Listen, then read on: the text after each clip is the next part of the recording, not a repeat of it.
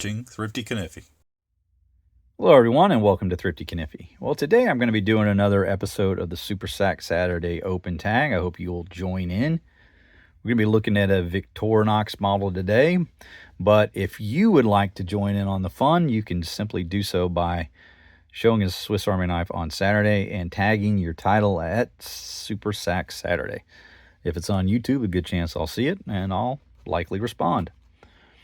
So we have Victorinox today, and we're going to take a quick look at the packaging here. We got the logo on the front of the box. On the side, from the makers of the original Swiss Army knife, established 1884. Over on this side, we have the address for Switzerland, Germany, the UK, and the USA, out of Monroe, Connecticut. Blank on that side, and then we have the model number here, 0.8150.26. This is the Swiss Army 7, and this is an Alox model we're going to be looking at today. So we have a closed length of 93 millimeters, and that equates to just shy of 3 3/4 inches. You can see the Alox model here we have is just a standard model with the silver style pressed Alox handles, and you've got 3 spun pivots to hold it all together. And then we have the classic Victorinox shield there with the red backdrop. Just a very classy look to it. Love how these individual squares sort of rise up into like a triangle, almost like a pyramid. And it just provides a ton of grip. It makes for very good handles, even though they are metal. They are not slippery. Provide quite a bit of grip. Little nameplate here on the back if you want to etch your name.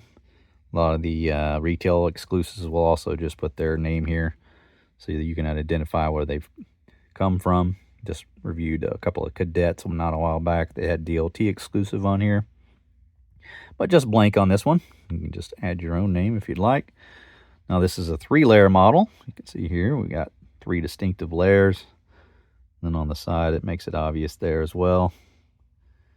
But this one has quite a unique blade set, the Army 7. And so let's get into those blades. Well, first off, we'll start off with the main blade, which is common to most of the Alox models. And you get this wonderful sort of tumbled but mirrored finish at the same time, sort of a combination.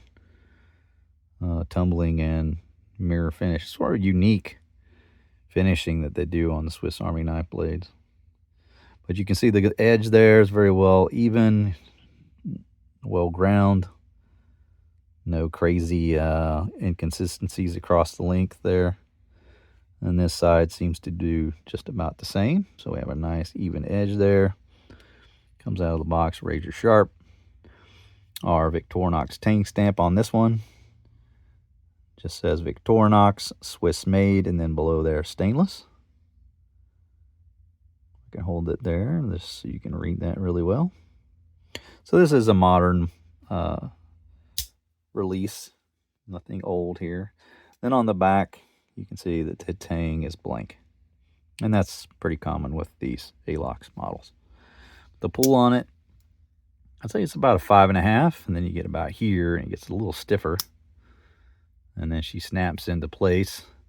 Nice tight spring on there. That's giving you a lot of confidence in use. So though the pull's maybe not as strong as you might associate with some other knives that have the similar style spring capability in the open position there to give you a lot of confidence in use. It's very comfortable in the hand. I think the 93 millimeters probably, well, not between the 91s and the 93 millimeters are probably my favorite size. To me, they just they provide the extra little bit of size that you might want for a little heavier use. But even with the tight grip there and those other blades slightly exposed, I'm not having any hot spots on my hand, and feels really good.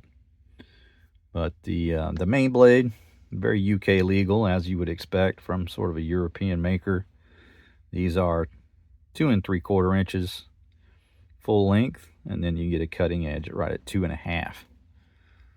But really accessible nail nick there to get that to the open position, and you can hear the wonderful snap.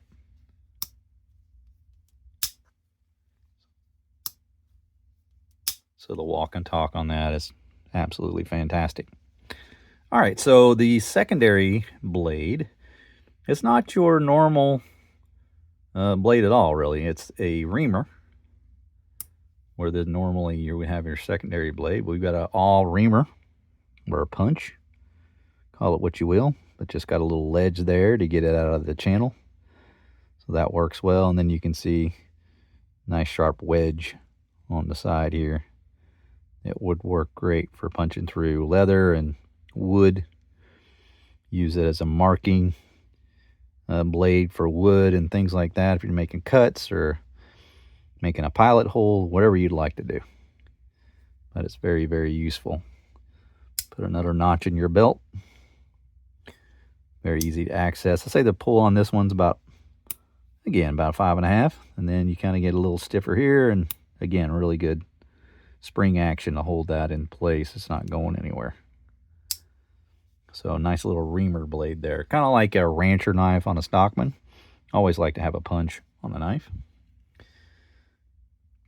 All right, so then you move on to the most unusual blade on the knife, probably.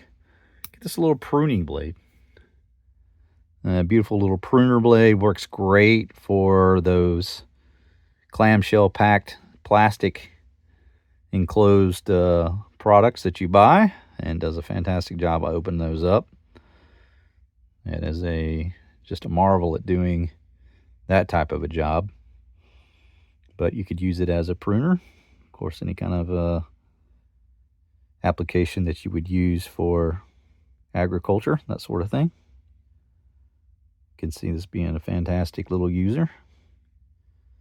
Or if you like to prune your roses, this would work a treat for that. And just simply kind of snip and snip.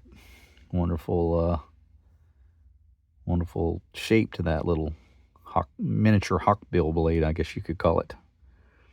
But yeah, that's very useful. Again, similar pull to all the others in the action, just seems to be about the same. You start getting a little stiff here at the end. It's about a 7, and it snaps nicely into place and stays there. Really good spring action, all these blades. Just a fantastic looking little blade. I'll give you a measure of that one since we don't show that one all that often. That's about 1.5 inches full length, and then you get a cutting edge about 1 1/4. Of course, with the bend in it, it's probably a little longer that, right?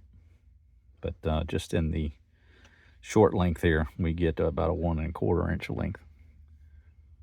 All right, and then not your final, but your other main tool that you'll see a lot of is this nice 7mm flat head screwdriver cap lifter blade. Again, no tank stamp on this one or anything like that. It's just pretty plain. As you can see, the way it tapers there gives you a nice thin blade at the end there. Makes for a nice tool. And then you got a little wire bender here. They call it a wire cutter, but you know, somebody who does a lot of wire cutting, I would never honestly use that. I can't see that as being a wire cutter. As a wire bender, fantastic. But as a wire cutter, no, not so much. Or wire stripper even. I wouldn't use it as that. But it does have a very fantastic little flat-headed driver there, and the cap lifter works a treat as well. So if you're a beer drinker or you like imports with the non-twist-on caps, this is a fantastic knife to carry for you. And then our final blade is this wonderful saw blade or wood blade. You can see the serrations there. And I can kind of do my little disco show here. Ooh, that's always fun. Like little lights, like a disco ball. I don't know if somebody has a disco ball. But this is a wonderful little saw blade. Works a treat. Cutting up little limbs and things if you're out in the woods. And you're going to be starting a little fire. Need that kindling. This will work a treat for that. So here is the total length of that one. I'd say that one's about 2 7/8, just shy of 3 inches. And the cutting edge is pretty much the same. You don't have much of a tang on there, you can see, just pretty much straight into the blade. Nice flat edge on the end here. You can see where that's flat, and then that makes contact right here of this little flat spot, so that you don't ding the serrations. It stays nice and sharp. So easy to open. You just simply stick your finger in there, and you don't have to worry about cutting yourself. But you don't want to get your hand in front of that one, I can tell you. It's nice and sharp. But there you go. There's the blades and the tool set on the Army 7. This is a beautiful carry, nice clean design. You don't have any key rings or anything like that on there. Makes for a nice elegant design. And of course those Alox scales, I just always feel like these are the most classy of the Swiss Army knife models. You know, they don't have all the tools, and you do miss out on the toothpick and the tweezers. But if that's not something that's all that vital to you, then, you know, check out some of these models. You know, some of the other models with maybe with the scissors might be more appealing to you guys, some of you guys. But that little pruner blade is it's a beauty. I really, really like that about the Army 7. And it's just a very attractive little blade. And again, works a treat for opening up packages. And especially those clam packs that can be a bear to open with normal methods. Right? But that's going to do it for my review, guys. Hope you enjoyed it. Hope you enjoyed the Super Sack Saturday. Please, again, if you want to participate in this, just show a Swiss Army knife on Saturday and tag your title at Super Sack Saturday, and I will certainly look for it and comment if I find it. But that's going to do it for me, guys. I hope you enjoyed it. Make sure you like, subscribe, hit the bell to be made aware of videos when they drop. We'll see you next time. Take care.